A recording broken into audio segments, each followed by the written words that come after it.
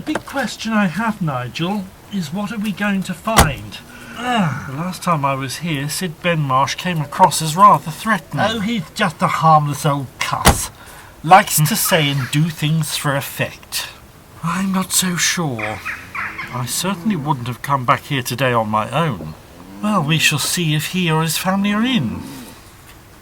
Oh, somebody's just come out of the farmhouse, Nigel. Good morning. Rose Fletcher. What brings you here? Just been doing a bit of cooking and cleaning for old Sid. You have? Yes. Well, now his wife and daughter have gone, there's nobody else to do it for him. Gone? Oh, I know he told us that they wouldn't be going to his brother Len's funeral. They were off into town shopping that day. Hello, big time, apparently. I best not gossip. But it was something to do with some scheme him and his nephew Tim have been involved with. Oh? Yeah, his missus has filed for divorce. Good grief. Anyhow, I best not say any more. Ta-da, both. Bye. Bye. Is Sid in at the moment? No, got into town. Won't be back until later. Oh, thanks. I wonder what particular scheme that might be, Nigel. We can only assume.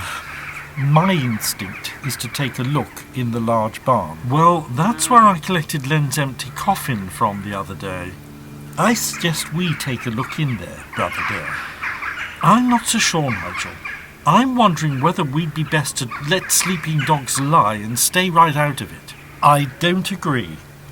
He's likely affecting our business, which we cannot continue to allow. Also, I'm still puzzled as to how Brother Len got that injury to the back of his neck, which I found when I was preparing his body. The barn. The barn. Let's go and look. Here's where the coffin was, on this large bench. Oh, my lord. What's the matter? There are about 6 bundles on it, which look rather ominous to me. Oh, yes. Oh, good grief. Do you think they're what I think they are? They look like they might be, but unless we unwrap 1 or 2 of them, we cannot say for sure. Only one way to find out, I suppose. Yes, and hope to God he doesn't get back from town in the meantime. We could always put them quickly into the van and take them back to base to be on the safe side. No. I think that could become too messy. Apart from which, if these aren't what we think they are, then we would probably be lumbering ourselves. Okay, you start unravelling that one, and I'll do this. This is all going well, young Tim. Your bank balance must be going through the roof, Uncle Sid. Ain't going so bad, I must admit. Times is hard, boy. Folks likes a cheap deal, even when it comes to their loved one. Got any more beer? Nope, this is the last one. After all, you gotta keep a clear head. We got more clients to collect later. There's that one at the General Hospital this afternoon. About my cutting the money, Uncle Sid. I hate to keep asking, but All in good time, lad. Just enjoy this lot. I'll sort that out with you later. I suppose you've got your divorce to cough up for. No, but the less said about that, the better. You don't mean you... As I say, less said, the better.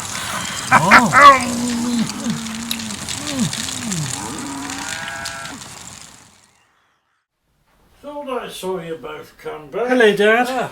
Only me. Nesta. What a surprise. Fancy seeing you here. Well, as Rafe has been telling me, business isn't good and we got to have a meeting. We certainly need to. After our discovery at Sid Benmarsh's place. Sounds ominous. Oh, believe me, it is. About 6 dead human bodies wrapped in Hessian sacks and black sheets stored in his barn. Oh, my lord. He shouldn't be allowed to get away with that. How do we know he isn't killing people off? Yes. Him and that nephew of his are a strange Now pair. there you've hit on an interesting point, Aunt Nesta. I've got my suspicions about that injury to the back of Len Benmarsh's head. His body is still there. Good grief. Sid Benmarsh is a maniac. Perhaps we should attempt to get Len's body back here, get it examined, and then alert the authorities. We'll have to have some pretty good evidence then, Dad, as his £500 go-home cremations are proving extremely popular. Then he's got to be shut down. There are regulations. So what are you all going to do then? Because he's getting quite a reputation at the Ashes. I've seen him and that nephew of his coming and going there on a regular basis recently. The answer is to get Len's body back here for further examination. Indeed. And perhaps alert the police. Right. Well, if it helps, he's out in the fields burning more stubble right now. The smoke was billowing right across the main road again, as Aunt Nesta and I drove past on the way here just now. Right. Yes, and I'm not sure if that's entirely legal these days. We might be able to get him on that. Well, let's all get over there then. The more of us there are, the better for tackling old Sid if necessary. I assume you'll be staying here for safety's sake, Aunt Nesta. Stuff that! I want to be where the action is. Lead the way. Uncle Sid! What? You've got visitors! Oh, there's a hearse just pulled into your yard. Hearse? I smell trouble. I bet that's them Sturwood brothers. Here to cause trouble. Right, where's me rifle? Rifle? Uncle Sid, you be careful. You okay, Dad? Fine. He's all there, isn't he? Aunt Nesta, can you open the back of the hearse, please? Righto, Peter. I trust we have got the correct body in this sack. Yes, Dad, I checked it. That is definitely Len Benmarsh. Good. Right. In we go. There we go, that's it. Stop right there. Sid! He's got a gun. Oh my God. Right, come away from that car. Go on. Get in the backfield. Hands up, all of you. Sid, what are you doing? I might ask you lot the same question. Go on. Sid! Keep going. Sid! The flames are making me cough. I can't see a damn thing. Not just any good. Won't do any part of anybody any good. Sid!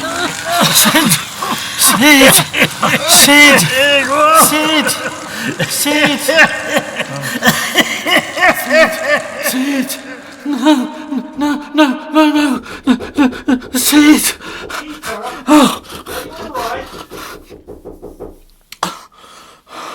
Oh, good grief. You all right, Peter? You woke me up. Oh, Nigel.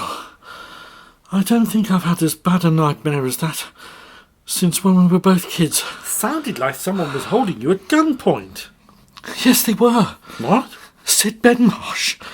And he was leading you, me, Dad and Aunt Nesta into the flames. Flames? Yes, in his main field. Probably because he still burns the stubble after harvest. Triggered, no doubt, when we both drove back from that crematorium yesterday afternoon. Oh, yes, the smoke billowing across the road. Anyhow, you'd best try and get some sleep. We've got Sid's brother Len's cremation service at 3 this afternoon. Len? Did you find out what that injury to the back of his neck was? Injury to his neck? His neck was fine. It was a heart attack he suffered when milking the cows. Nothing sinister, I can assure you. Oh, of course. Oh, dear, Peter. That must have been some nightmare you've had. Yes, it was. And boy, am I glad that's all it was. Good afternoon, Mr. Benmarsh, and may I offer you my sincere condolences. Oh, thank you, Vicar. Yes, 'twas a real shock. Our Len was no age. Not even any sign that he had heart trouble. Indeed. Is your family not with you? Oh, yes, they're here. My missus and me daughter are just over there talking to me nephew Tim and his missus. Here's the hearse. Oh, The Sturwood brothers have obviously done you and your late brother proud. Bit pricey, though. As with many things in life these days. I'd have been better off doing it myself. Yourself, Mr. Benmarsh? When I was burning the stubble in me fields the other day. I could have chucked him on there. Been quite a fitting send-off for him, wouldn't it? May the good Lord forbid.